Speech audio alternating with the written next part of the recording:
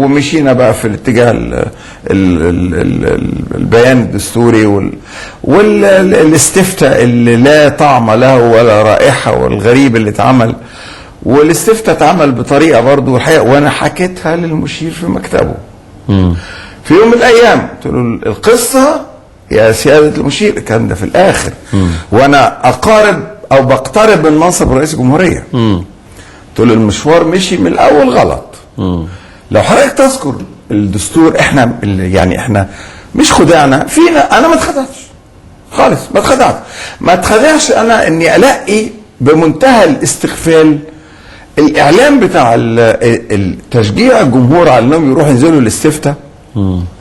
نعم باللون الاخضر، والثانيه باللون الاسود. المحروقه الثانيه دي لا باللون الاسود اللي عايزه تترمي في الزباله، ونعم باللون الاخضر. اما بقى التلفزيون ده في الورق نفسه كله اخضر. يعني اللي ما بيفهمش يقول خليه في الامان. ده لو دخل واحد كده اهو ما بيشوفش يقول لك خليه في الاخضر، يمكن لا هيبقى اميز. البند الثاني بقى التلفزيون ما كله بقى جايب القاعده كلها خضراء وكاتب بالابيض نعم، حركه بالك كبيره جدا واخده الشاشه كلها، وتحت صغيره قد كده اهو للدستور او للاستفتاء كده تعديلات. منتهى الاستهبال. بتستهبلوا مين؟ يعني القصه دي قلتها للمشير في مكتبه في الاخر خالص قبل انتخابات الرئاسه بثلاث 4 اسابيع. احنا مشينا مشوار غريب. فات حضرتك ان حتى البيانات اللي نزلت عشان تحفز الناس على انها تنزل، البيان كده بيلزق اللون الاخضر في عين الناس.